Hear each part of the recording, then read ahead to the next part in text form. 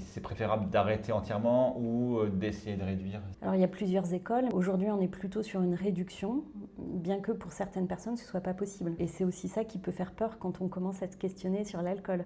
De se dire j'imagine pas ma vie sans alcool. Moi ce que j'aime bien faire avec mes patients c'est de faire des CDD. Et on évalue, on fait un arrêt d'alcool et puis on se dit un mois. Donc pendant ce mois-là on se suit régulièrement. Voilà, il y a un suivi psychologique et médical. Et ensuite on voit si on re-signe pour un mois ou pour 6 mois. Et rien que le fait de se dire je signe pas pour toute ma vie, ça peut être plus facile de s'engager là-dedans. Et généralement, à 6 mois, il y a tellement d'effets positifs que la personne se dit non, mais c'est trop dommage de reprendre maintenant. Et quand on a été trop loin en fait dans le trouble de l'usage d'alcool, des fois c'est extrêmement difficile en fait d'avoir une consommation raisonnée et modérée. Certaines fois, c'est même pas du tout possible parce que ça va réenclencher tout le système.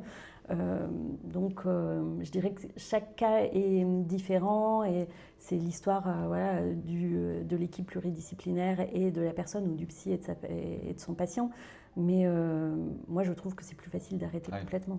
Mais en projetant effectivement sur du court terme d'abord, ça on l'a aussi un peu dans l'application, on a des missions. Donc les gens peuvent faire au début l'émission c'est 24 heures sans boire ou une sortie sans alcool et après on peut prolonger. Et donc la mission la plus longue c'est 1 an.